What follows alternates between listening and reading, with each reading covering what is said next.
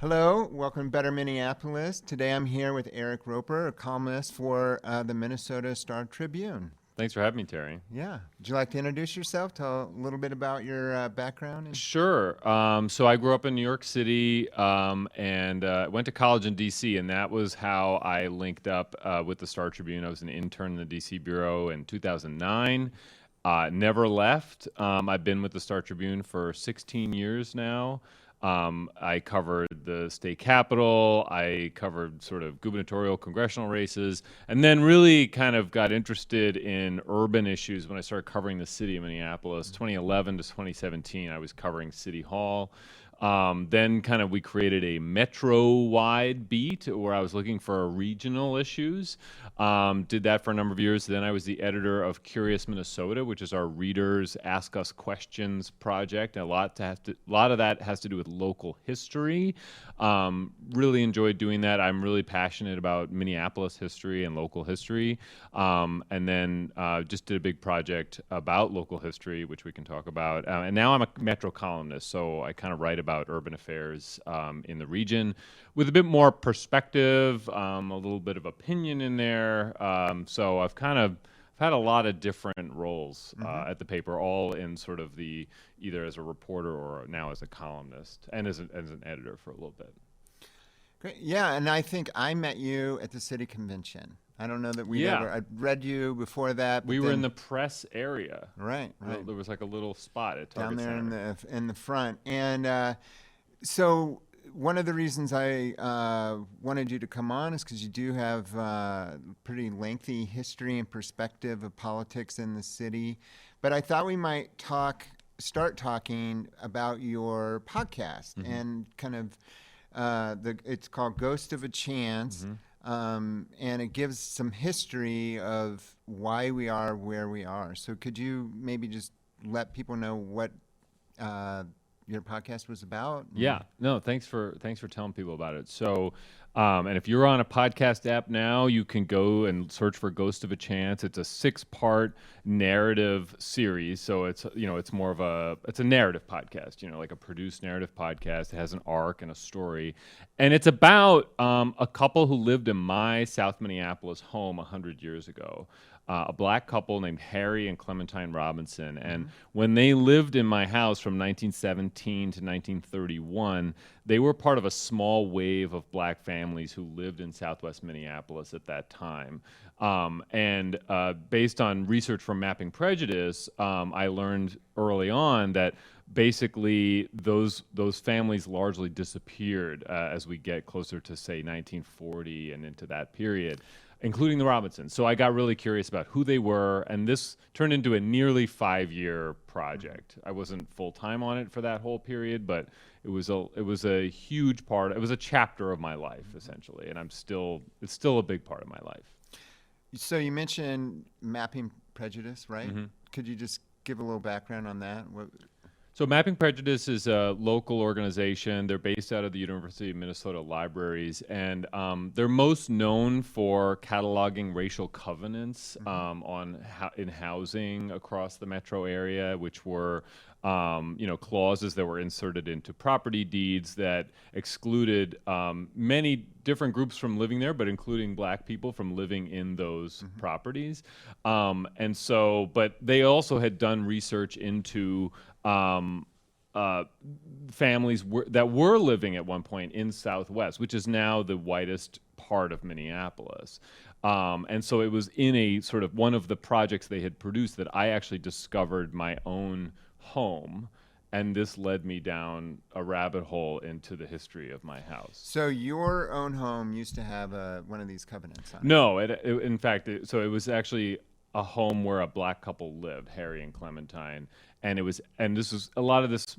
The story of them living there sort of predates covenants by a little bit, or at least predates the popularity or the growth of covenants.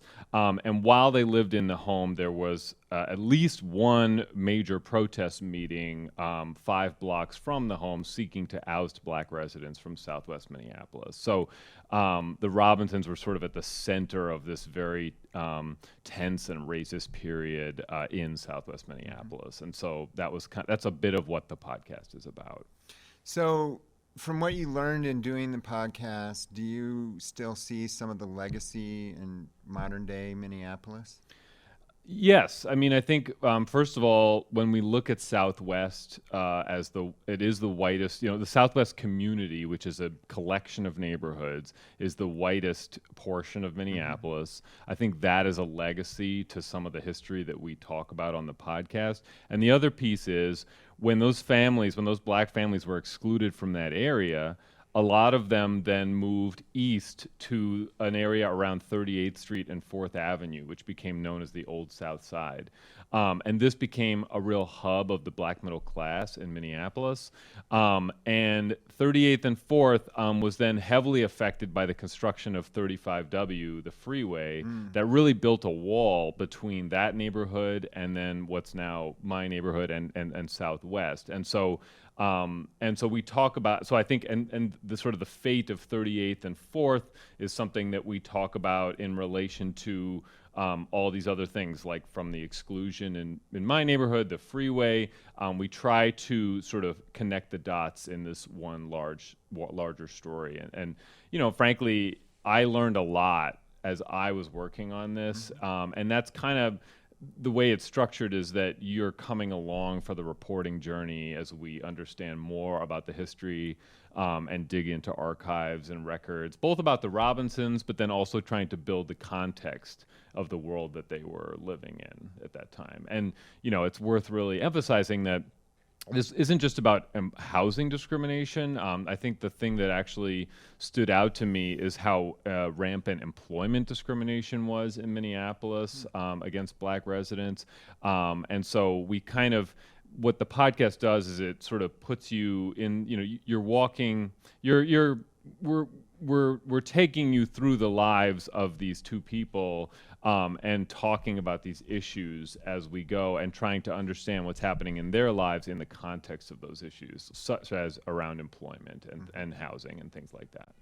So it's still definitely relevant, I think. In fact, the Star Tribune just had an article today about voter turnout in the Southwest and how it is one of the largest homeowner areas, but also it has some of the highest voter turnout in the city, and so it can really drive who ends up winning the election. Yeah, right? I mean, there was a very good article by my colleagues Susan Dew and Jeff Hargarden, and I think it really kind of that's a topic that when we talk about elections, that Southwest area is often a big part. Yeah, the turnout is huge, and I think that it's so I recommend people go and read that article. Yeah, it was good.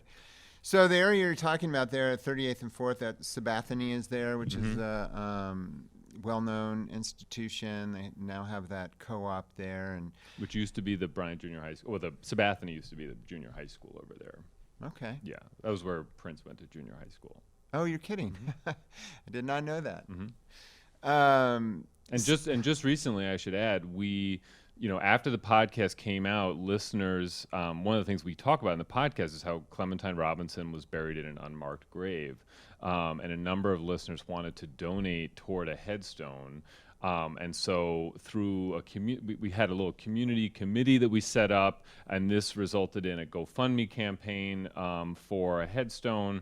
Long story short, we just had a ceremony in earlier this month in October, unveiling the headstone, and we had members of St. Peter's Church there. We had Clementine's distant relatives came from different parts of the country to be there, and so now in Crystal Lake Cemetery in North Minneapolis, there is a very beautiful headstone for Clementine Robinson, and which is just really, it's really rewarding to have that done, and to be able to have that in the ground and to see that.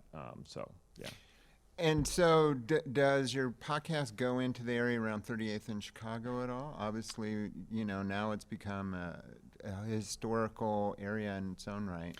We talk about we talk about sort of the intersection of this history with George Floyd's murder in 2020.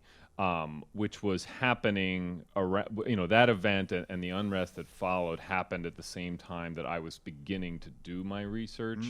And so, when the lens was really put on Minneapolis in that period, and I think there was a lot of sort of grasping for what is the history here and how did we get to this place, specifically the racial history in Minneapolis. And so I didn't know at the time what sort of this history, what I was researching would contribute toward that.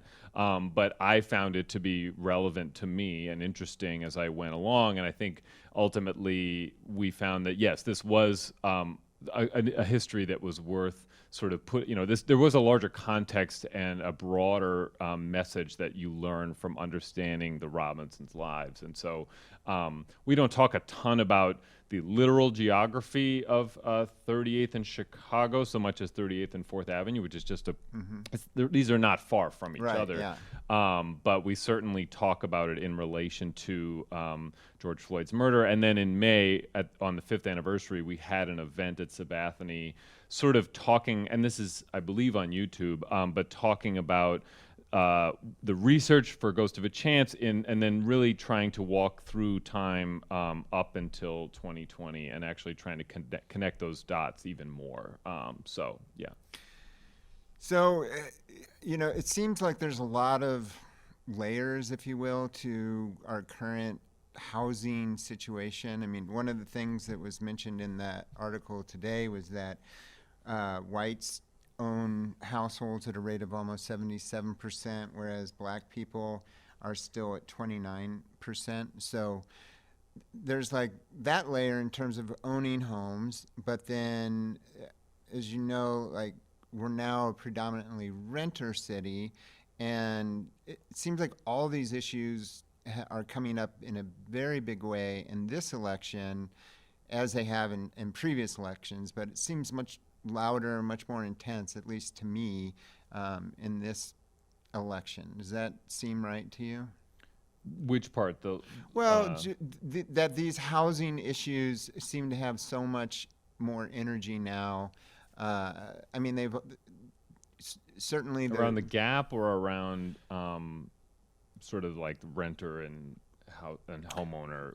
Well, I mean, they're both kind of different, I think, to a little extent. Like the talk about renters versus landlords is predominant, and you sort of, I would say, on a back burner is this idea of the discrepancy between white ownership and black ownership of actual houses. So, I mean, they're all encompassed in the housing market, and I just bring that up to say it is very complex, but certainly the landlord versus the renters seems to be the argument that a lot of people are trying to push in this campaign. And on the gap, I would say that, like, I think understanding the history of around these issues is a really important sort of table setting to discuss sort of the current day policies and other things that people want to talk about in relation to what is a very real gap in housing. And there's many other gaps. I mean, the racial inequities in Minnesota are very well known. And so, I think understanding the history is a really important part of that. On the sort of renter and homeowner divide, I mean, I think that, we, at some point in the last 10 to 15 years, became a majority renter city. And so I think that there is more, perhaps, I think renter issues are they're more in the forefront than they were. And it's hard to sort of, I think there's a lot of issues playing out in this campaign, but certainly, especially if we look at if we look at the Democratic Socialist side, of just to take one sort of side or extreme of this, renters are a big part of who they are trying to reach. Renters and workers, I would say, like blue collar workers.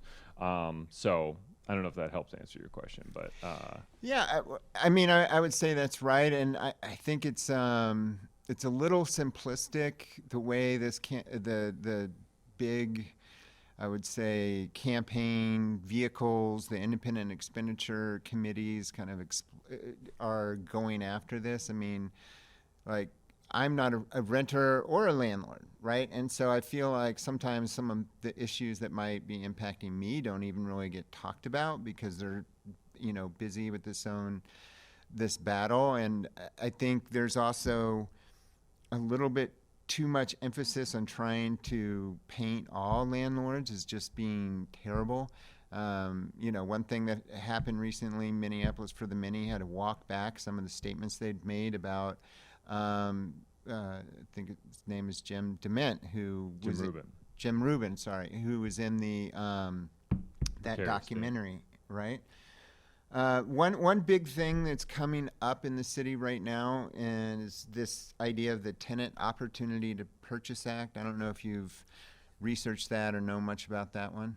I need to research it more, but this is something that particularly the farther left factions, but I don't think it's exclusively them, but this is a thing that they're pushing, which essentially, and I believe there was a veto around something, if not exactly this, but similar to this, but essentially it would give tenants first dibs on purchasing their apartment buildings, I guess if there was going to be a pending sale.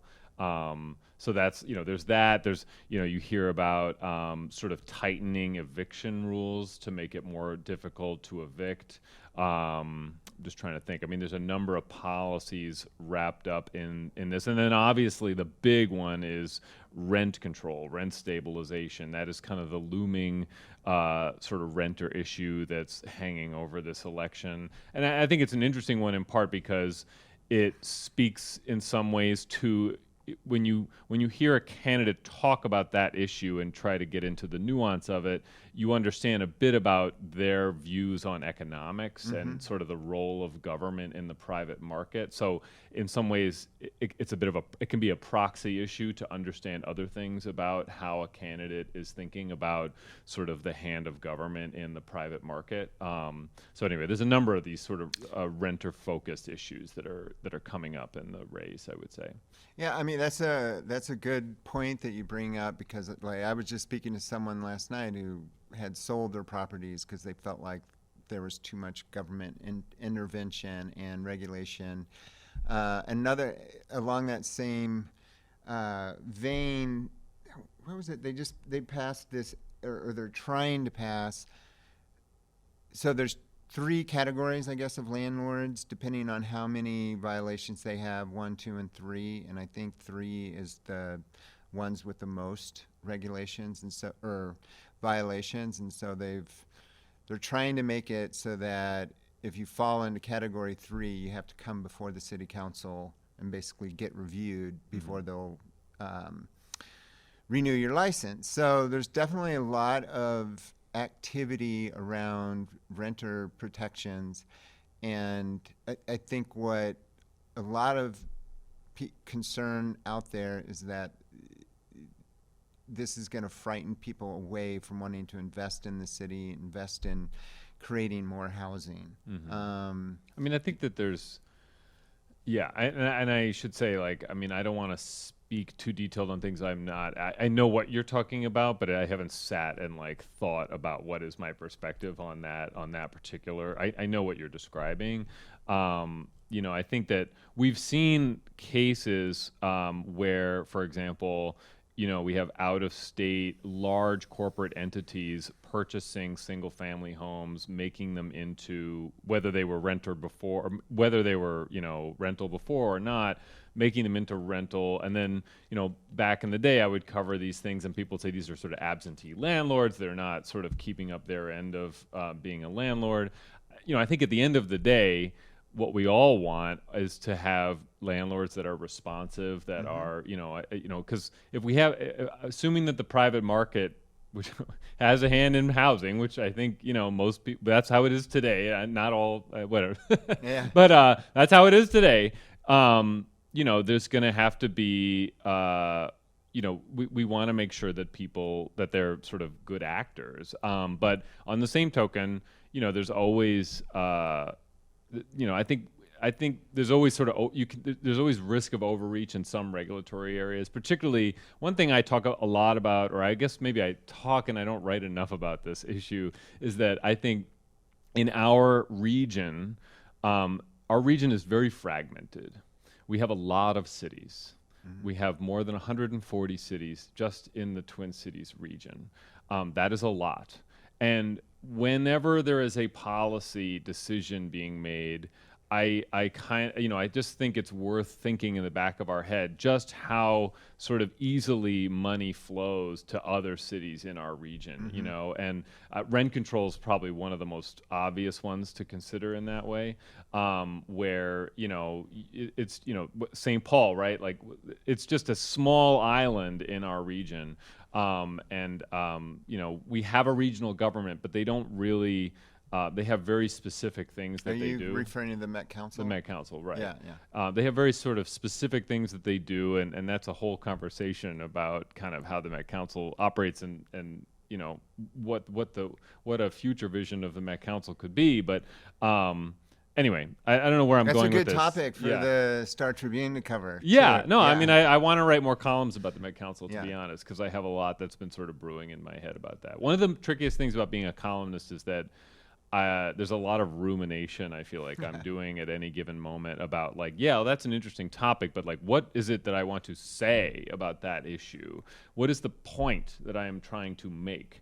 And you can, and that actually occupies a lot of brain space when you are not at work. Oh, I know. Yeah. Which is like, it is not the worst thing in the world, but it is something that just I think about a lot. Like, okay, yeah, Met Council, but what is it that I want to say, or what have you? Yeah, I'm going on a tangent. I'm sorry. I'm frequently called Spacey in my house because you're thinking through things. Or and something? I try and defend myself, but I don't do a good job of it.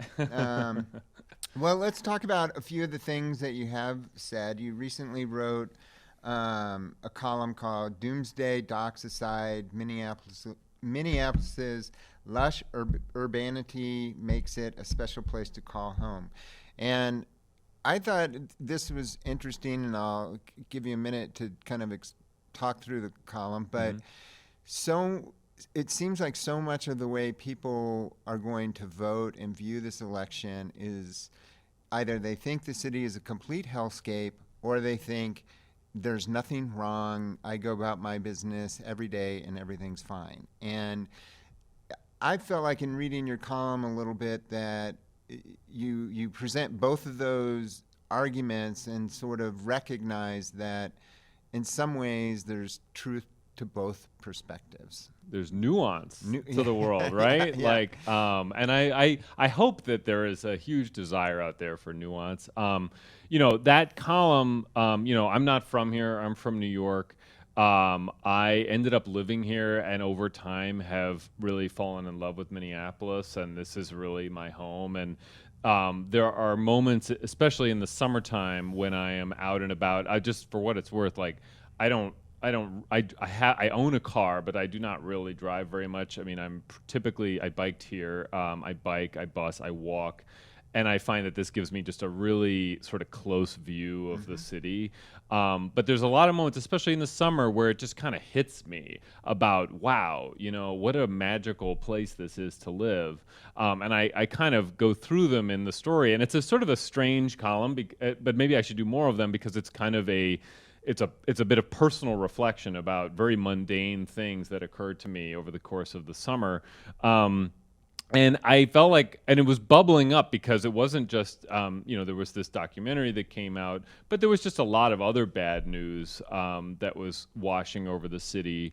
And I wanted to, it's not just people in Minneapolis who have sort of these divergent views. I would say the entire region, if you go to I was in an exurb the other night and people were sort of, there was like this implicit, like, oh, you live there. Are you okay? Yeah, are you okay? Right? Do you need an escort home? Yeah.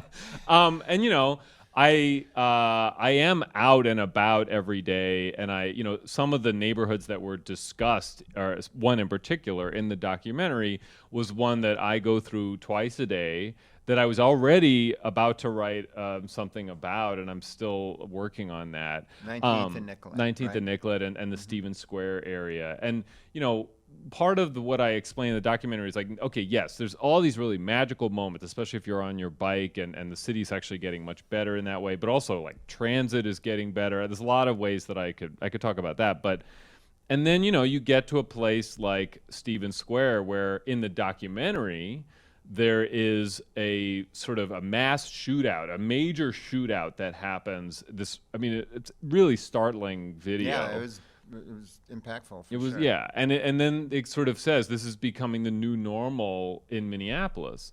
And that kind of hit me because I'm there all the time, right? And I actually went on a safety walk of Stevens Square with their neighborhood team a couple weeks before the documentary at that same spot. And the reality, the new normal is there's open drug dealing. There are groups that are, they're smoking pot, which is not illegal on city streets in Minneapolis. Only in the parks. Right. And there's some other exceptions about, schools, I think, and things but generally, smoking pot on the street is not illegal. And they're drinking, there's people drinking on the street.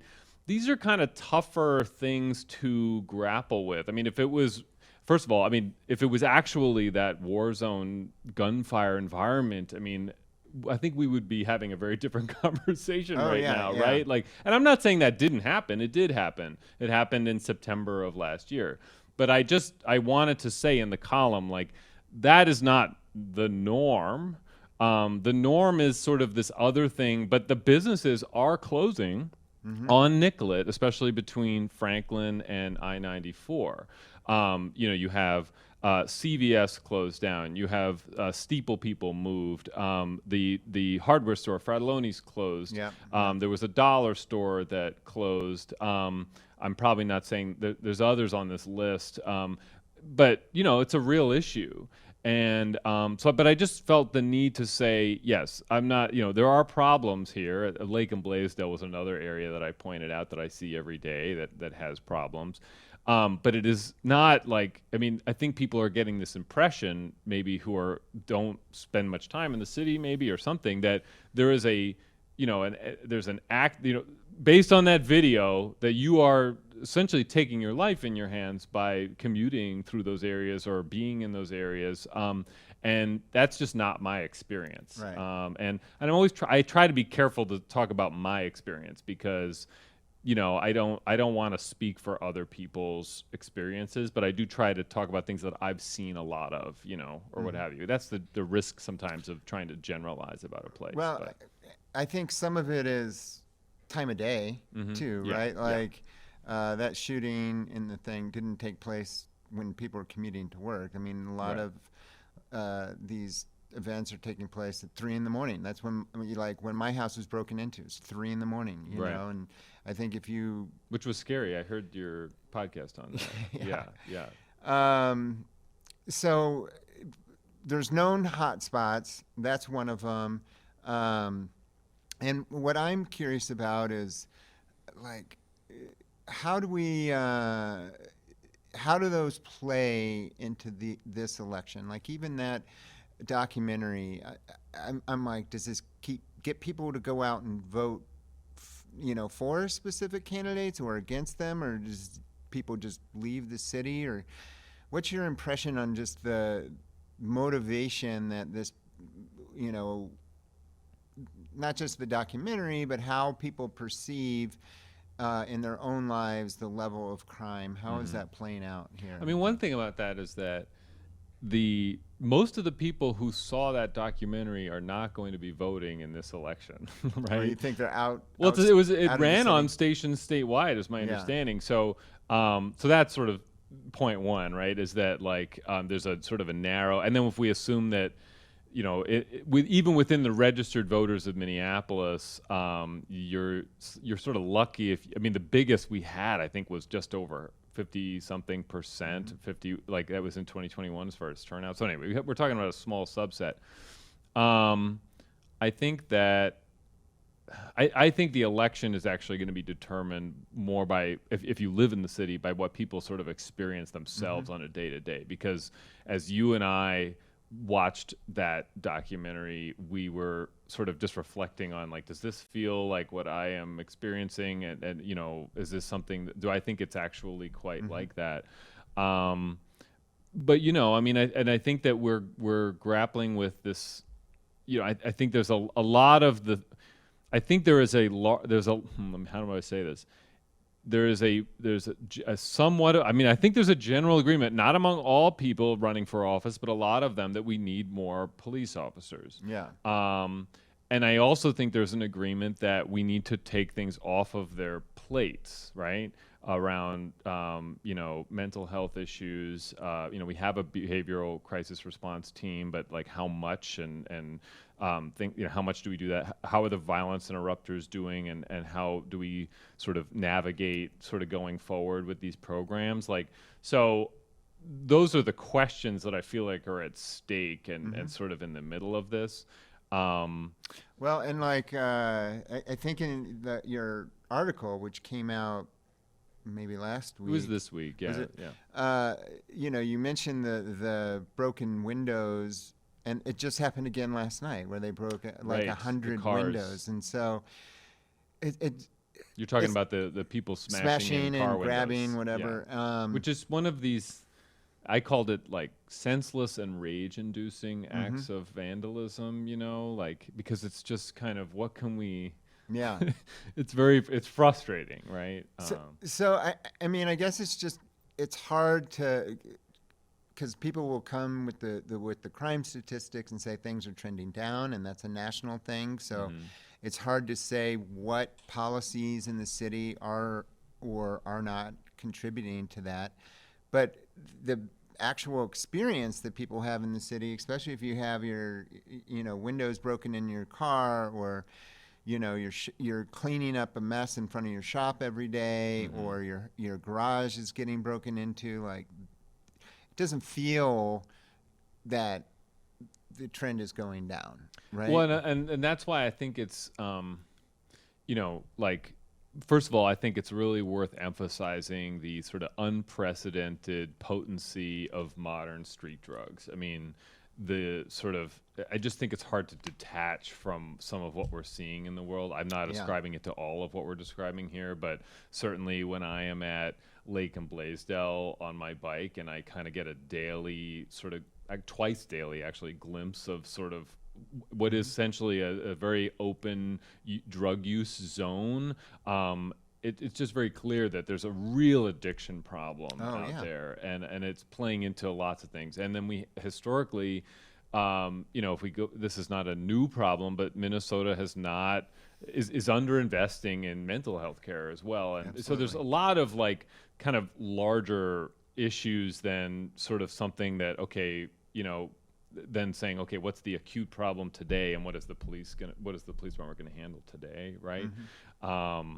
I've lost my train of thought to your question. Well, I think what you're trying to go at is, there's a lot of factors that contribute to crime in the city, and one of them are these highly addictive drugs. I mean, even on the way here, someone was like nodding out on my corner as I was going to get onto the highway, and you're just like, what, I struggle with what the city can do to stop that. And there's a county role here too, and then absolutely, and it's a matter. There's a lot of government collaboration that has to happen to solve some of these issues, I think, or assuming to try to solve them at least. So I mean, I think, and one thing I think when we talk about some of the themes of this election, I wrote about Ward 10 recently, which is sort of the uptown area.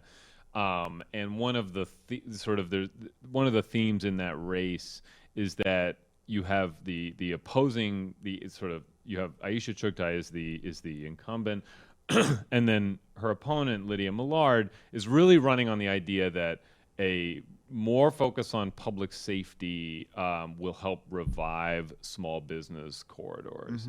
But obviously, you have to do this in a way that's responsible, and we know that sort of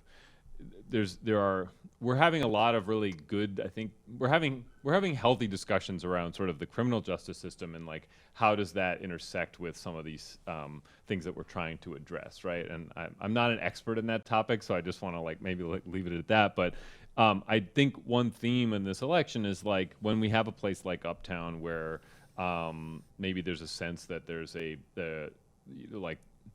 some of it is low level, some of it is not, but that there's a public safety problem, that we need more focus on public safety to help that. And then it was interesting at the Ward 10 debate, there were very different portrayals of how Uptown was doing.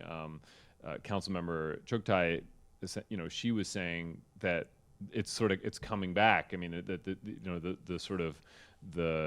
is having it's slowly getting that revival. It's easy to find coffee. Yes, it is very highly caffeinated these days. There's a lot of coffee shops, which is, it's cool to see. There are some new businesses like Mosaic, for example, and others that have opened up. The event that happened was at Queermunity, which is sort of right above the street, right on Hennepin there. I said in a column a number of months ago that I think that Uptown, I'm really optimistic about Uptown, because I think it is one of the best positioned commercial districts in our region. It has the Midtown Greenway. It has huge numbers of new apartments. It is now crisscrossed. This is brand new by rapid bus lines. It has historic theaters. And other like historic properties. It's not like places like the West End, no offense, like they don't have some of the history that Uptown has. I think Uptown has more of an eclectic feel. And so I'm really optimistic about Uptown, but it is going through a huge transition right now between sort of what was a very suburban, or let's say big retail, capital B, big retail era, to something that is going to be, I don't know exactly what it's going to be, but I think it's going to be more eclectic, smaller businesses, which could be very interesting. I think the city needs to kind of get its head around it a little bit more about what is the city's role in sort of nudging that along. But I am optimistic about it. Sorry, I went on another tangent. Do you think either of those two candidates is spelling out a good vision for Uptown? I mean, and I asked because one of the things that I've read was just like the demographic that might be going to Uptown has changed a little bit. Like, I think a lot of people have in their heads like how it was 20 years ago, like when the Uptown Diner existed and stuff. And well, that's closed down. It, like you said, it went through this big retail period with the Apple Store and these high-end places, and now that's ending. So I do wonder, like, what's that next thing going to be? Like, that's going to attract families, I think. I mean, do they put a daycare center there because everyone now has kids who used to go there? Do you feel like either of the candidates has really got a good grasp on what it could be, or? I guess I haven't heard enough from either of them about specifically what it could be. Here's sort of the dynamic. Well, first of all, on the kids piece, when I went to one of the Uptown Futures forums, the mayor brought up the indoor playground idea again, and he's talked about this in relation to downtown, and I'm kind of just wondering, like, if that's a big priority for the mayor, well, I don't know, like, what's the next step then, Like, I don't know. But that comes up. That question comes up. One thing I think is interesting is, particularly in relation to Uptown, you have the Uptown Association has been doing, they've been hosting meetings. They're trying to, and I'm going to get this slightly wrong, I think they're trying to create a business improvement district. Yeah, I think they're even having a meeting coming up. Do they? I should go. I went to the one in April where they were talking about that. And when Lydia got up to ask the mayor a question, Lydia Millard, who's running for city council, the people in the room clapped for her. She got like an ovation, which sort of made, and this is where I pick up little details in my columning life. I'm like, well, that's interesting. The businesses really seem to support Lydia in the race, and that's a huge generalization, but that was just my observation. And then the Uptown Association is trying to draw, I think they said somewhere to like, I'm going to forget the exact number. Let's say it was around 30 businesses to come to Uptown at once, which is optimistic, but I credit their ambition. So there is like there's the businesses themselves are trying to sort of take the reins a bit. But the other aspect of that is that the woman who's the president of the Uptown Association also then started a PAC, We Love Minneapolis, that then took in a fair amount of money and then tried to sway the endorsing conventions in a number of races, council races and otherwise around the city. So it's almost like hard to de-link the politics from the sort of business discussion that's happening in Uptown, which I guess, if you, so in that way, like that movement is a bit at odds with the current incumbent, and I just wonder, like, does that hinder? Let's say that she wins re-election. Does that hinder sort of how that progresses down the line if there's a great antagonism between those two sides? Well, I don't know. yeah, I mean, and I'm not implying it's a two-way street, but at least on the business side, they're trying to get someone else elected into office. Right. So, I mean, I used to get up on that stage, and that was highly publicized, saying, fuck the mayor and all this stuff. So there's definitely some antagonism there. I can see it makes sense to me that the politics and the businesses are sort of married in that neighborhood because the decisions that the city council is making can have a direct impact on whether or not businesses can make it there. And that's why my argument, I wrote a column about this, and I said I think that the Ward 10 race is a very interesting microcosm of the city political moment that we're in, because Councilmember Chuktai is a DSA endorsed candidate, so that kind of gets the democratic socialism conversation on that side, right? That's a big conversation we're having in the city. And then the other candidate is talking about public safety and small businesses, and so it just kind of sort of wrapped up a lot into one race. Yeah. And so sometimes things just click in your head when you're at a thing, and it's like, yep, okay, I understand, I can make a case of what this looks like to me. And I think you'd probably agree, of all the forums that we've attended, that was one of the high energy ones, right? Especially for a league forum, for Yeah. a League of Women Voters forum, because it's meant to be really, you're not addressing the other candidates, but they were addressing each other. I just mean, like, a lot of people showed up Yeah. who cared a lot about the neighborhood, which in some ways is very good. I mean, there's a lot of people, Uptown Association is a good example, who really want to see that area come back. Right. It was like a packed queer community. Yeah. And I guess I don't know if they weren't necessarily addressing each other. Maybe they were, but they were certainly talking about each Sure. other to Yeah. us, which was different sometimes. I mean, sometimes you get little pieces of that in a League of Women Voters forum, but that was sort of a bit more than I was used to. Like this past week, I went to the Ward 2 forum, and it was... Which I was going to go to, and then I didn't. I don't know. I didn't. But okay. Well, I should have part gone. of the reason I went, that's between Shelley Medore, is former legislator, is challenging Robin Wansley. Robin Wansley, and then there's this other student who's in there too, whose name escapes me. Okay. Which I was surprised when I showed up to see him on stage. I was like, why is this guy on stage? And then, there's a third candidate running. But he actually, I kind of held his own. So that surprised me. But what I was also surprising about that convention, and it was a rainy night. The forum, you mean? That forum. There weren't really many people there. And I thought there would be a lot of students there interested, and it really made me think, I don't know, are students interested in this election? Are they really going to show up? Are this idea of putting a publicly owned grocery store in the neighborhood, is it motivational? It really made me wonder if that was the case. But where was it held? it was on the university campus. Okay. So it was on campus. Yeah. Yeah. Yeah. So I thought for sure It was there'd at be- Kaufman, right? Or Kaufman Memorial. Kaufman. Yes. All right. And again, I just thought there would be more of a crowd than there was when I compare it to like Ward 10, where every seat was taken up. It was Yeah, very... that's interesting. Yeah. Okay. So I wasn't there, so that's a good point. Because Ward 10 was a packed house. Yeah. Like when I sat down, it wasn't, and then when I got up to use the bathroom, I was just like, wow, okay, this place really filled out.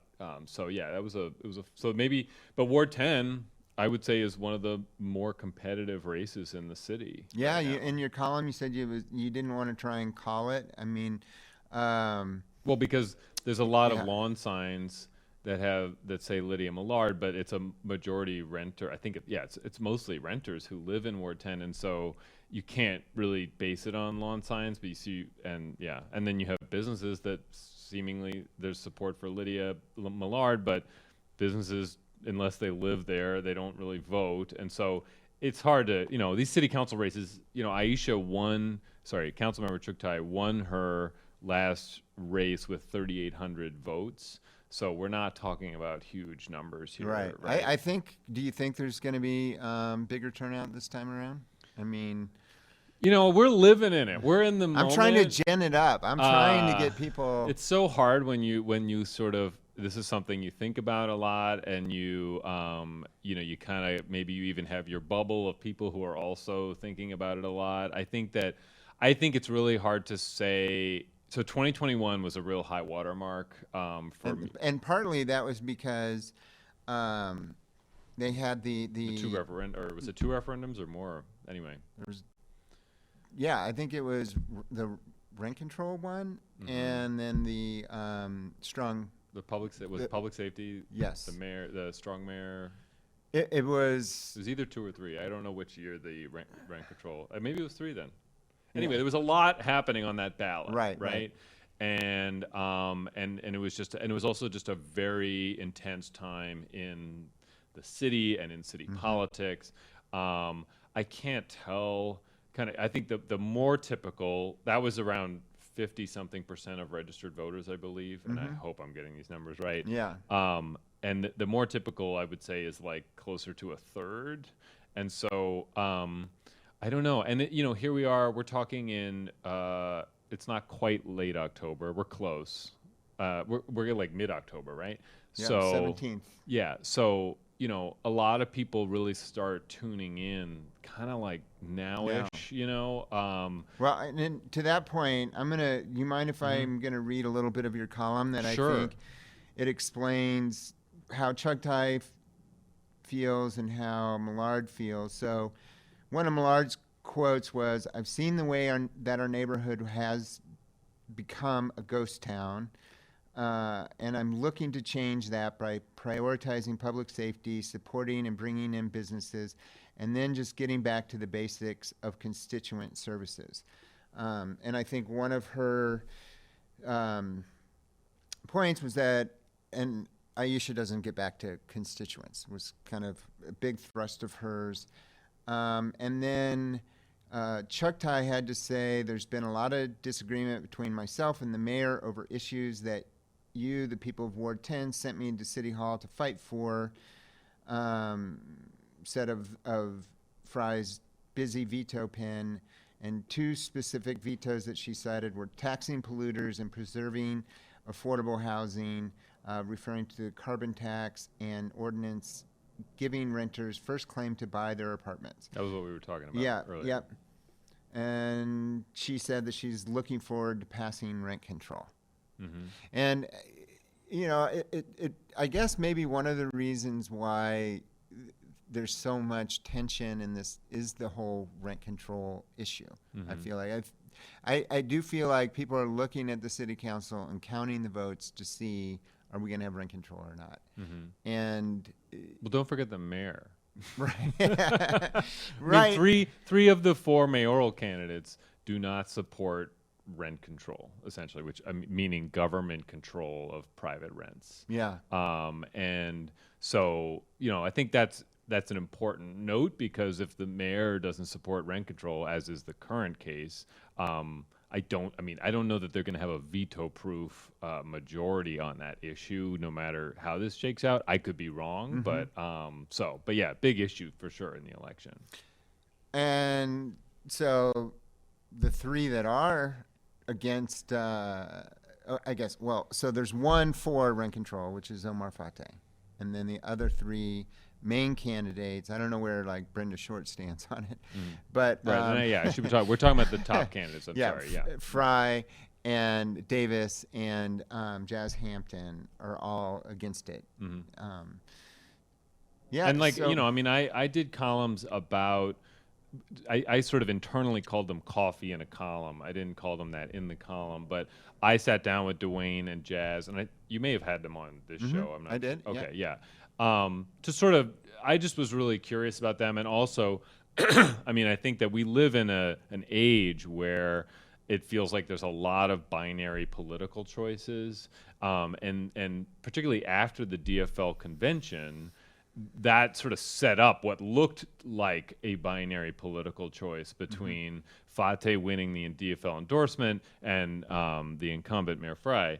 And now, especially because that endorsement has been, rescinded, I think I wanted to sort of like introduce people a bit more to Jazz and Dwayne and understand more about their policies and kind of where they're coming from. And so, I think like, so anyway, we'll see. I think it's worth looking at. The four candidates deserve attention and deserve to kind of like get more scrutiny and all that. And I think that's what we're going to see in the next couple weeks. I don't know. Yeah, and it is interesting which candidates have decided to align themselves with mayoral candidates. So I think Millard's position is essentially I can work with any of them, and she's not aligning with any. Are you talking about city council candidates? Right. Yeah. In Ward 10. And then Aisha is, I believe, firmly in the Fateh camp, right? I know that she's she was DSA she as was well. working on his behalf at the convention, and I don't want to speak for her, but Well, I mean, and certainly they go out door knocking together and Right, things right, like right. that. Yeah, I mean, if I was a city council sort of, yeah, I mean, I think that like, I don't know what to say. I get Well, like, so yeah. I mean, it makes sense though. They're both for rent control, right? Mm-hmm. So it's just, and I don't know if that's going to be the only deciding issue in this election, but it's a prominent one, and it is pretty heavily dominated by renters in that ward. So I think it's really important though to highlight like it's still not the only issue, and I think these candidates don't just vote on things that impact their wards. They vote on things that impact the whole city. Well, and if you live like, I mean, I was a renter in Uptown for a number of years, and the small businesses are part of what makes it such a great place to live as well. And so, I don't think you can kind of completely divorce these issues and say, well, renters are only going to vote one way or the other. I mean, Right. especially when you're in sort of a dense, what could be a very lively district like that. I think that. So I think it's complicated. I think it's always easy for us to sort of generalize voter sentiment, and then when you go out and talk to voters, it's always more complicated. Yeah.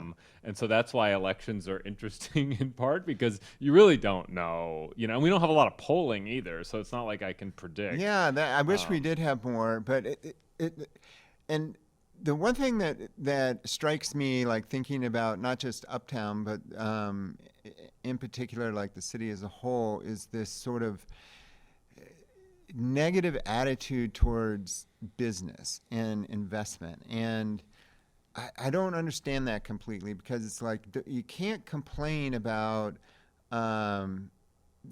sort of the city going downhill and at the same time not be like a proponent of come on in, we're here, we want to help you, we want businesses here, we want investment, we want housing, so yeah, come here and build.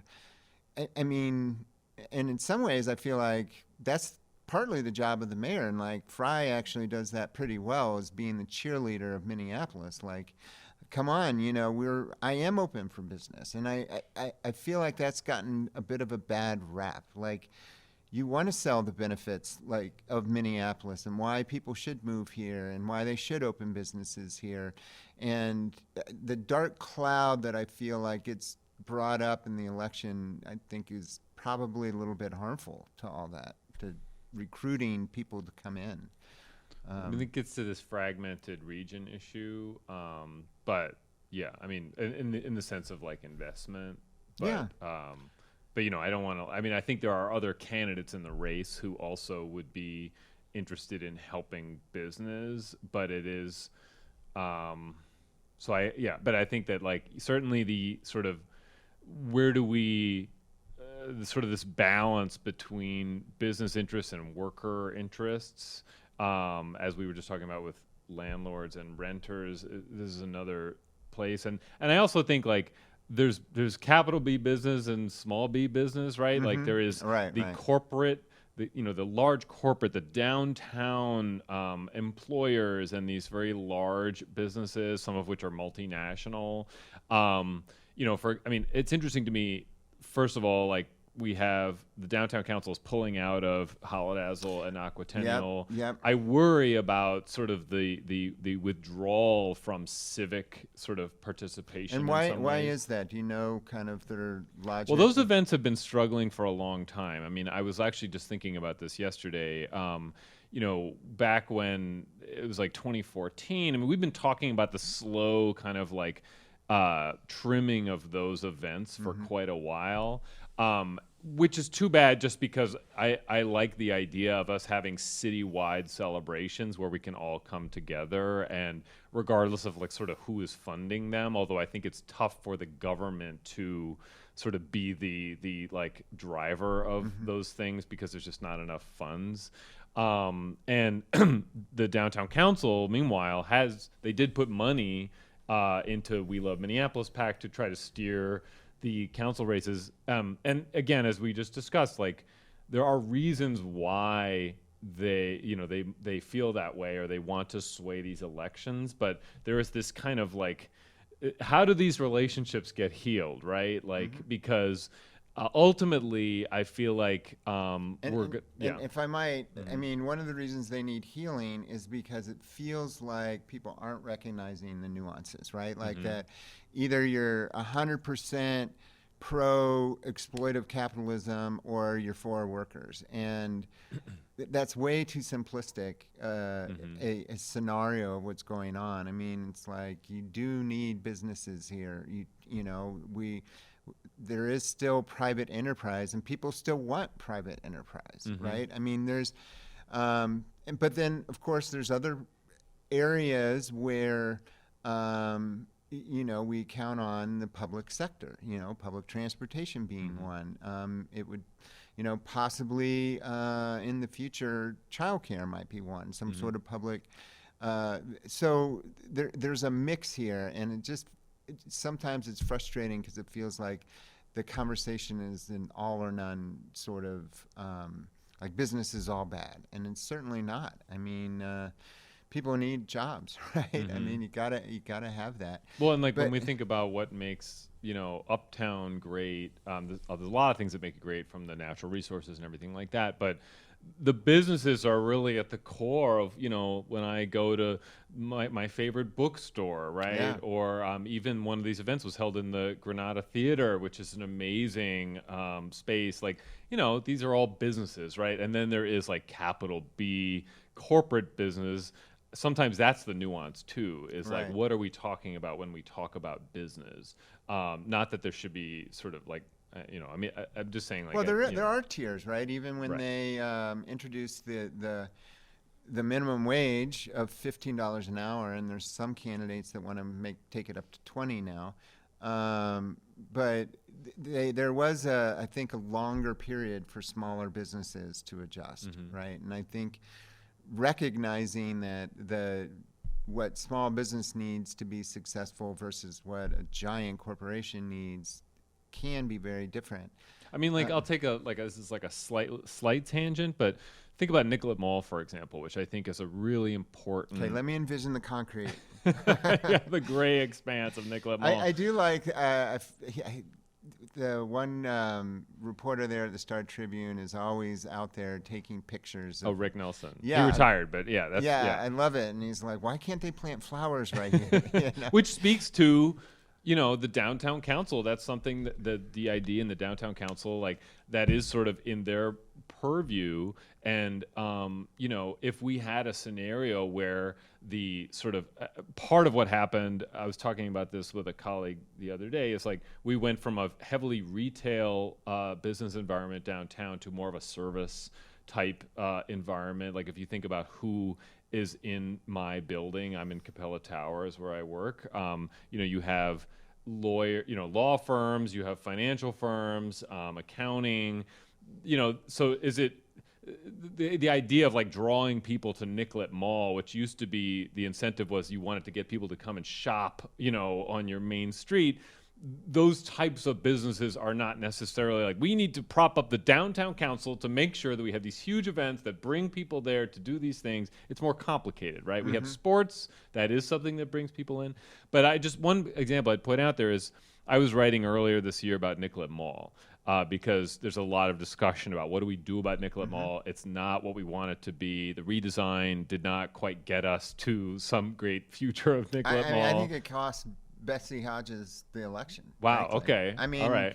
That was my experience of it. Was like, oh my God, how is this project costing so much, taking so long, and then this is the result. You know, Right. I mean, it just seemed. But one thing about that is that so we made a lot of changes to the physical street itself and the sidewalks, and I think there's a lot of things I would maybe do differently. But the actual storefronts or lobbies, whatever we want to call them, did not really change. And this requires business interest to make an investment. City Center, for example, has these huge sort of and they're really made for like the Sports Authority and Office Depot, which are not probably going to be coming back to Nicollet Mall. Right. They need to be chopped up into much smaller spaces. That requires investment from business. You could maybe imagine a scenario where the city or some government entity is trying to sort of give some incentives in that regard. But I don't really see a lot of action there. And the mayor has said, well, I support, we should have more. I said more doors in, he supports doing that.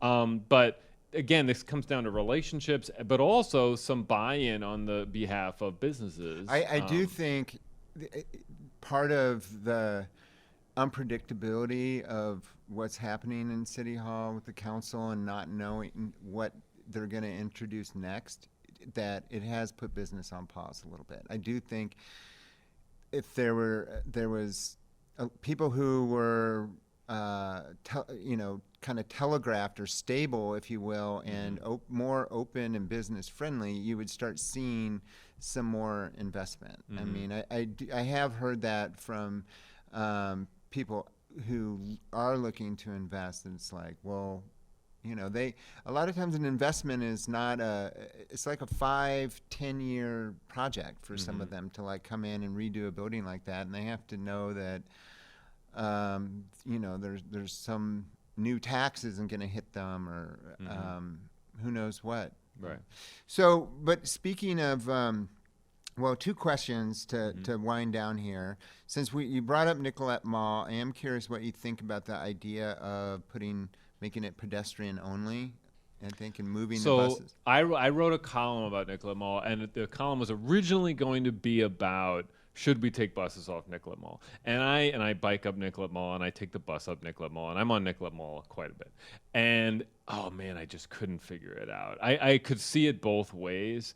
And I said this ultimately in the column that on the one hand, I think taking the buses off and the people have sued over this. It's very contentious, but taking the buses off could create almost like a tumbleweed situation where Nicollet Mall was built as a transit mall because the idea was you wanted to get a steady stream of people coming to all these businesses on the mall.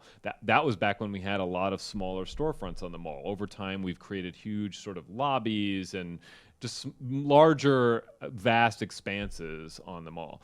And then, on the other hand, I was at Dinner du Nord earlier this year, which was sort of I think that they're trying to showcase what could could happen.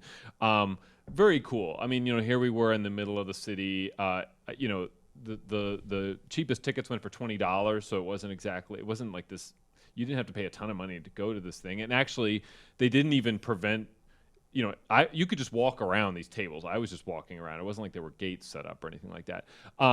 But that was very neat, and so you could make the argument: does Nicollet Mall need this sort of jolt to be something that is very fundamentally different? And then on the other hand, would taking buses off sort of sort of be a real like erase a lot of the sort of the vitality that is there, although I think it's struggling. Ultimately, I this is why what I ended up writing was to say the fundamentals of the mall is that there's not enough small storefronts. The best storefront on the mall is the there's a pho slash it's a banh mi place that's in the medical arts building, and it's it's just this tiny storefront. How do we do a lot of those? Like how do we do a lot more of those? I mean, I'm from New York, and New York's got its own issues, but there are a lot more smaller storefront places. And Nicollet Mall over time has, and then the other thing I would say about Nicollet Mall is they have allowed this. This is where the city could easily sort of make a bit of a change, and they don't. But a lot of the businesses that are on Nicollet Mall have shrouded themselves from the street by having opaque windows, despite city rules that say you're supposed to have transparency, a certain level of transparency in your windows. And so, why do you think they've done that? Well, because the mall, I don't know exactly, but I'm sure they're thinking, well, there's not, there's either bad things that they don't want people to see on the mall or something like that. But it's a real, like, when you go to an amazing city and you walk around, Amsterdam is the one that's coming to mind for me. One of the things that really stands out is looking inside of little restaurants and just picking up these little scenes. And it really makes for an amazing place to walk and to be. I don't think you can have that if everything is shrouded from the street. I really love Dakota Jazz Club. I went there the other night. I mean, frankly, for the first time, but I was happy that it existed, and I was happy to be there. You cannot tell what is happening in there from the street. It is blocked off. I don't want to just call out them. I mean, there's the steakhouse on I guess it's 8th Street. There's plenty of examples going down the street there where the windows are opaque. And so I think there's a number of things that aren't about the street itself and the buses that have to be addressed. And some of these involve businesses, whether they're the building owners kind of reconfiguring something, or the individual business making a decision about their window opacity. I mean, this sounds so weedsy, but no, I mean those are all the. I can't believe I just used the word opacity on your podcast. There's all kinds of little things that contribute to the city street feeling lively, and a lot of it is those little nooks and crannies to be able to discover. And with the, just kind of the massive scale of what's happening downtown, it does make it hard. And then I hadn't thought about actually the opaque windows, but I mean, think about one of the things that Minneapolis has a lot of is these sort of small commercial districts, right? And what makes them so great is that they're very small little restaurants. These are not huge spaces, right? And over time in downtown, I think we've kind of moved in the big direction, right? Yeah. So I don't know. It takes money to fix this problem. It's not the window one necessarily, but the like reconfiguring spaces one. Yeah. What's the Tribune's policy on how many days people have to come in to the office?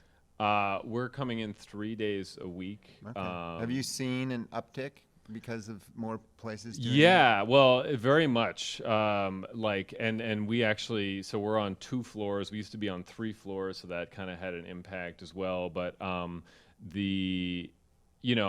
really enjoy being in a newsroom. I think that and during the pandemic, it was very kind of quiet, but the amount of sort of, especially as a columnist, but even as a reporter, the amount of conversations an idea exchange that goes on in a newsroom is so important, especially in this environment where, there's going to be a lot of, with AI, who knows what AI is going to do in the future, but all I know is that it puts the onus on us to be more creative and more, and to come up with the best possible ideas. And so being in a newsroom and talking to each other, I think helps with that. Yeah, absolutely. And I would say that the office for us also includes being in the field. So, for what it's worth, I mean, we shouldn't necessarily be sitting at our desks all the day because being a reporter, experience it. Yeah, sure. I mean, and as a columnist, I think that I weigh,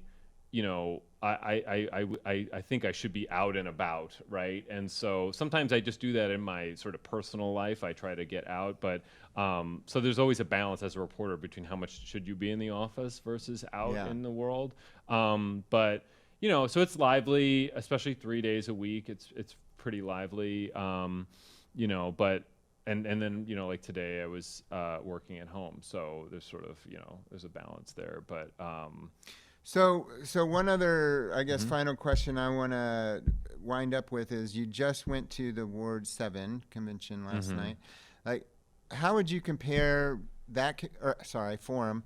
How would you compare that forum, that race, to the forum of Ward 10 and that race? It seems like there are some very different issues, right? Like Ward 10, there's a lot more concern about, how do we, I guess, get a handle on the crime and attract businesses.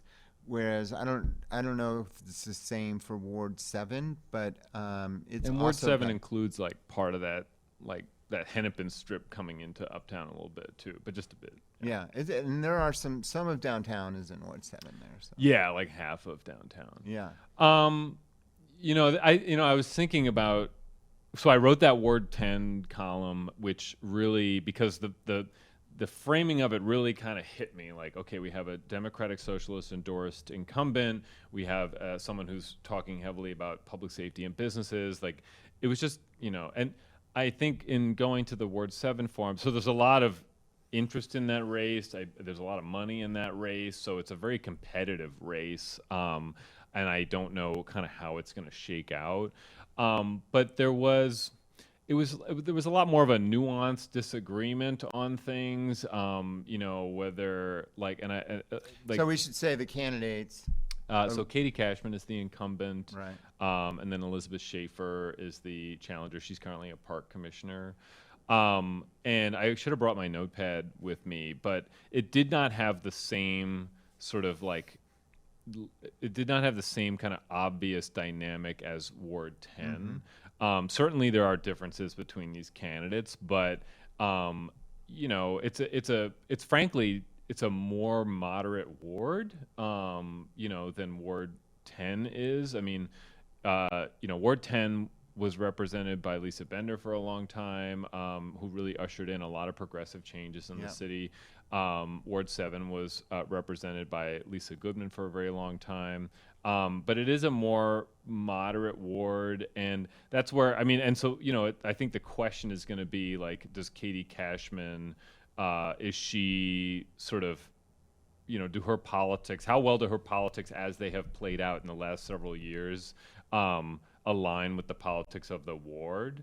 But she's not, she's a DFLer, there's DFL, sorry. She's a DFLer, but she's not Democratic Socialist endorsed. I mean, I want to be careful there because there are DFLers who are also Democratic Socialist endorsed, right? So it's complicated. But she is not. And Schaefer is the endorsed DFL candidate. Right, sorry, yeah. Sorry if I messed that up. So, Well, no, I get Schaefer what you're was saying. endorsed at the Ward 7 convention. Yep. Cashman is the incumbent, but she is not a Democratic Socialist. And so the dynamics are somewhat different. And even in some of their comments, they were both talking about, like, how do we, reduce some of the sort of the bloat of bureaucracy at the city. And they were both, I recall, against rent control. And, it wasn't, again, like at the Ward 10 forum, there was a clear kind of, and there were clear differences. I don't want to say there weren't in Ward 7, but it didn't have that same dynamic. It's also a more moderate ward than Ward 10 is. So I don't know, it didn't sort of hit me in the same way as far as, like, okay, what is there to say about it, or what is the larger thing that it speaks to? I think one thing I try to do as a columnist is find, okay, here's an issue. Does this tie into some larger point that I want to make? Like, I'm thinking there's a historic property around here that there was a debate about its demolition recently, and the demolition was denied. And I'm thinking about, how can I put this into a larger context, or, like, what is the larger thing I want to make about? It's a tangent. Why did I go on a tangent? But well, in that case, I would say, that could lead to questions of, like, whether it's demolishing a stadium or a building. It's kind of like, you have to wonder, like, well, okay, what's progress is happening here? Where are we going? What's the vision of the future? Are they going to build a giant tower, or are they going to build something that's in this case, it was one of these it's demolition by neglect is the words that get used a lot. And I've written many stories about demolition by neglect, which is that people allow something to get to a point where they then argue that it's unsalvageable. But anyway, now we went on a total tangent, so I'm sorry about that. That kind of takes us back to history. It's a good point to wind up with. What do you see anything different in terms of just the issues now in this election versus, say, 2021 wasn't that long ago, but say 2017. I covered 2013. If you want. All right, go back to 2013. 20 plus years. I mean, are we still talking about the exact same issues, or have things changed? I think to some degree. Sorry. So if you think of like 2013 and that period, there are some issues that I think we've sort of moved on from because we resolved them. Like bike lanes, I know people want to still have some arguments about that, but bike lanes basically they're happening, right? Like I ride them all the time, and density was a big sort of tension at that time, and density sort of prevailed to some degree, I would say. I mean, especially with the 2040 plan that then came afterwards. Back in 2013, we were talking to candidates about whether we should have a streetcar on Nicollet and Central, because that was a big issue that we were talking about. It was a very ascendant time in the city. Investment was coming in. We were finally turning around what had been decades of either population stagnation or population decline. There were certainly issues that were, tough issues that we were talking about as well. I think especially with the schools and achievement gap, I remember that being a big issue.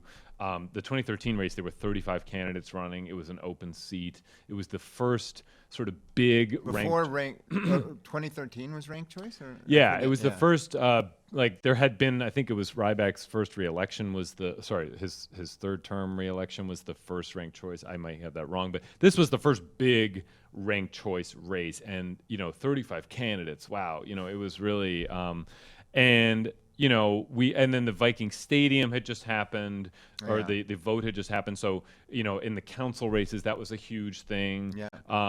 So these are to some degree, these are very different issues than some of the things that we're talking about today.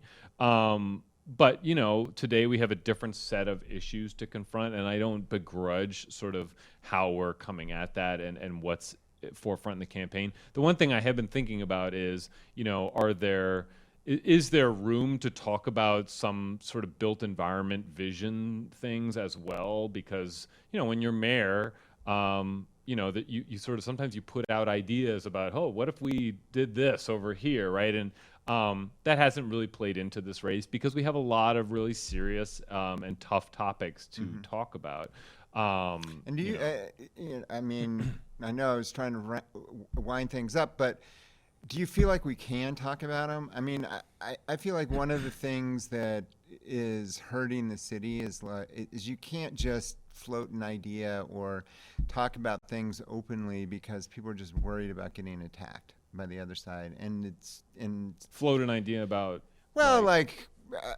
some new economic idea about, say, Nicollet Mall or whatever. I mean, as soon as you do it, there's just a whirlwind of controversy and attacks. And I think what happens in that environment is people, they stay pretty safe, and they don't put out ideas like, what if we did this? Right. 'Cause so one thing I tell people, and maybe I think I'm right about this, is our politics is broken in a lot of ways at the local level, the state level, the federal level. Like, we're seeing it all throughout our environment right now. I think that it's going to get fixed first at a local level. I feel like a lot of what this current election is about relationships and how do we work together. I don't know. I might be wrong, but it feels like at least there's more discussion of that than I remember in the past, because we do need to be able to sort of talk to each other, and we do need to be able to have sort of a city hall where there is sort of a nuance and there is a give and take, right? And so, yeah, I mean, I think that and then talking about putting out ideas. I mean, I don't know. People seem to be putting out ideas. Are people not putting out ideas? Like, we have folks on the council putting out ideas a lot, and maybe some of them getting vetoed. And then there's things like, one that pops in my head is about how, like the mayor has talked about, well, what if we didn't have that parking ramp next to the post office, or if we sort of repurpose the post office or something like that. My complaint is like, okay, what's like the next step on those things? Because you have to, if you're going to propose something like that, especially if there's a lot of hurdles and it's owned by the federal government and they need the facility, like you kind of have to think through all the logistics. But those are, so I guess, you don't hear we have tougher issues to deal with than some of those. But Nicollet Mall is an obvious one that is a built environment question and is very much I don't want to call it a blank canvas, but it feels like we're very open to, we need to do something different with it. Have you heard any of the candidates been questioned about that in the forum? No, or I don't. Well, maybe someone's asked about whether we should remove buses from the mall in a forum. But I don't think I haven't been to all the forums. But it has not been a big topic.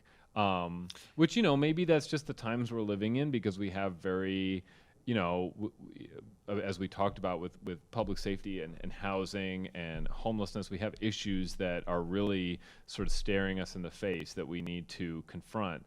So let's pretend that there's going to be another debate, mayoral. Okay. Yeah. I'm sure there are. It seems like there's these. I must say, I admire all these candidates because it is very hard to run for office, very hard to weather the criticism, and so I do appreciate that all of them are out there working so hard.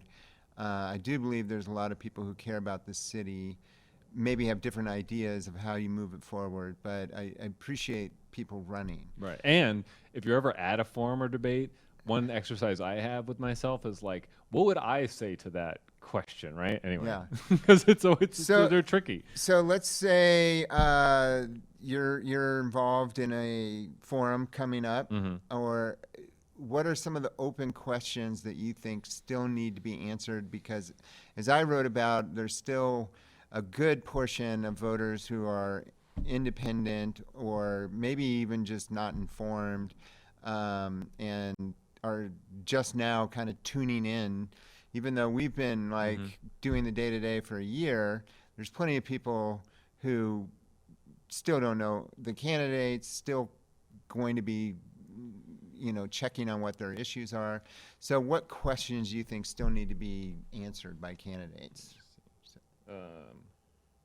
Yeah, so just for what it's worth, I was just checking because I think I could say this. So the Star Tribune we are going to be co-hosting a debate with Minnesota Public Radio. So that's the context. So there will be more questions to ask, right?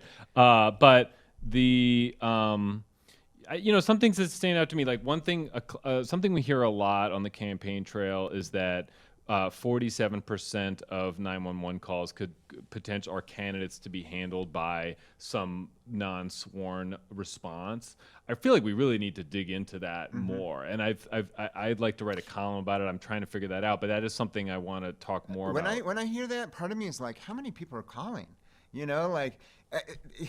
That's a lot of calls. Like, there's that many people that have anyway, but I agree with you. It's a claim that comes up so often that I think we need to kind of let's dig into that claim. What's the outcome of those? But it's a question of, we have these alternate, and then I would say another question is around whether right now with the behavioral crisis response, that's being done through an outside contractor. Same thing with the violence interrupters. How much of that work happens through a third party versus within the city, right? Especially if there's questions around accountability and all that kind of stuff. with encampments and homelessness, I think we need to be really drilling down into the city county relationship and how let's talk specifics around like what does the county do, what does the city do, how are we going to work together, where does the city need to put more resources, are we already talking a lot or should we be talking more? I mean, all those types of questions. Let's see, what are we not talking about? I mean, and then I guess on transportation's kind of a bit of an issue. Do you think transportation's a big issue? Maybe it's not a big issue. I think it's an incredibly big one. Like I went to, obviously what's happening on Lindale has been. I've written about it. There's. You're talking about the proposal. The Hennepin County proposal for a shared use lane on Lindale. Yes. Right. Okay. Yeah. And the amount of people that show up, I mean, or even give comments. I mean, I think they had like 35,000 comments on their plan. I mean, it's crazy. I'm like, wow, people really care about transportation. And I think you could even ask a question about that Lindale plan, since the city, and I don't know if this is going to happen. It might happen pretty soon. They will have to give municipal consent on that, or at least give public comment on it. So transportation, I mean, like we are building bike lanes on almost all sort of major street reconstructions right now, and I think that I think that debate's kind of over. But like, are there nuances that people want to talk about in there? Again, I don't know what the question is per se, especially because the transit issues are another government agency, and I guess we could talk about Metro Transit. Can I give you some suggestions? Sure, yeah. I feel like there's not nearly enough talk about the budget. Sure. Right? And they're going through the process right now of reviewing it, and they'll be deciding on the final budget in December, right? And so I just find it interesting that it just never comes up. Well, on that point, like we talk about downtown and downtown building values. So now there's this question around like, how are we going to deal with the budget on a spending side, and then on the revenue side, how there's this concept out there about a citywide income tax. We should probably get everybody on the record about the citywide income tax, and they'll say, well, it's being studied and we should wait, let's get more studying. When you say citywide, are you talking about the wealth tax or Well, it's an income tax. I mean, there's a proposal. But I mean, it would only be on high earners. Yeah. I guess was that what we would call it, a wealth tax in that context? Well, I mean, it might be citywide, but it's only high earners. Yeah. Right. But like, I think it's worth probably. I think we should get everybody on the record probably talking about where do they come down on that issue, because I think it should even just be on principle. Like, okay, there's a study and we'll get into the specifics, but on principle, how do you feel about that? And I think partly what you may hear in the responses is about the fragmentation of our region. Maybe you'll hear that, maybe not. What are some other issues? And then the 2050 plan is coming up. And, I think there's, we had a huge debate around our 2040 plan. And there are still some things around the zoning code that are up for some discussion, particularly around, well, not particularly, but like one being kind of how easy is it to build a triplex in a neighborhood based on setback rules? I haven't seen hardly any. Well, and some of it has to do with just kind of the way it's set up. Like, I think it's challenging for them to be built based on setbacks and stuff. But then again, we have setbacks for a reason. Should we look into that more? I don't know. Is that a debate question? Maybe. Could be. I mean, you might, lose a few people. So they may fall asleep. Two other questions I would maybe say is like, and this was kind of a controversial thing about with ICE and the police chief, and I think all the candidates but Fry raised their hand that they thought that O'Hara should be penalized in some way. But so there's some real, I guess, divides over who supports the chief and in what situations. But and I think the outcome of the race could maybe determine whether or not he stays around. And so it'd be really interesting to hear, like, does he have your support? Right. Because I feel like a lot of people in the city do support. Another one that's sort of like I think, and this was a lightning round question that happened at the League of Women Voters Forum, was around George Floyd Square and whether to close Chicago Avenue or not close it. So I mean, and my recollection was that 3 of the 4 top candidates said they supported the flexible open plan, and it was Omar Fateh said that he supported closing the street. I hope I have that right. But so that would be another one, because that's another issue that we're having a real tough time resolving is the future of George Floyd Square, which we haven't talked about. And what's happening with the 3rd precinct is another. Right, and I'm less familiar with all the. I haven't written about that. Usually, when I write about a topic, that's when I get really up to speed on it. So I've been sort of watching that one out of my periphery, but because weren't they going to make it into? It's not a police station. It was an election, wasn't it? Community. Service center or something, so the police are in it, and then they're also going to bring in some other services.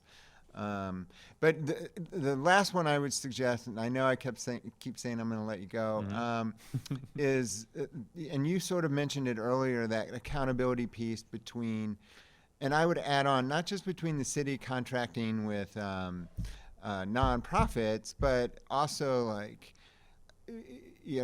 what's happening with our construction contracts and the convention center and stuff. I mean, I really, when I look at some of the stuff that comes through and gets approved, and then you see it, everything kind of comes back for more money. I'm like, I have a very hard time figuring out what's happening with a lot of the contracts across the board, and like who's making sure that all these nonprofits or profit companies are,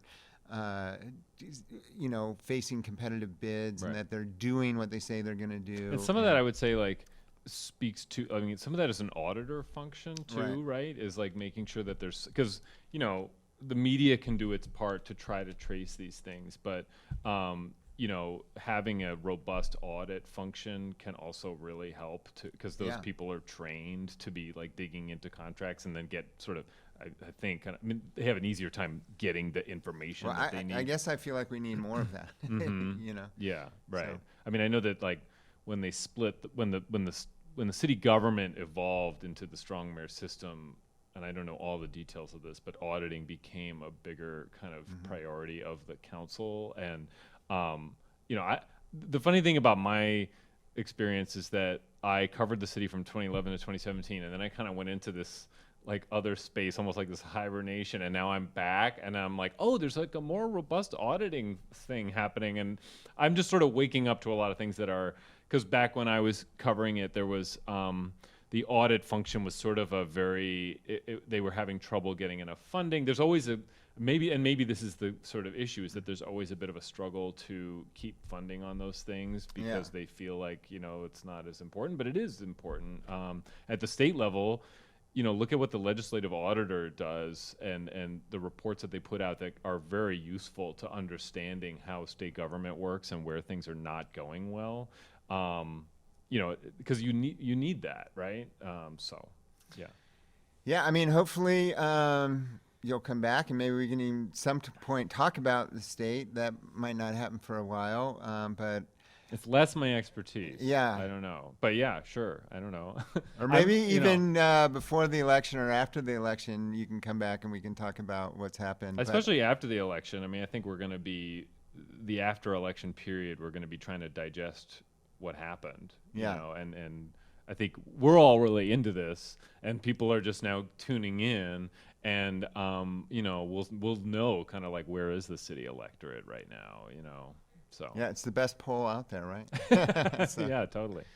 Well, thank you so much. Yeah, thanks for having me.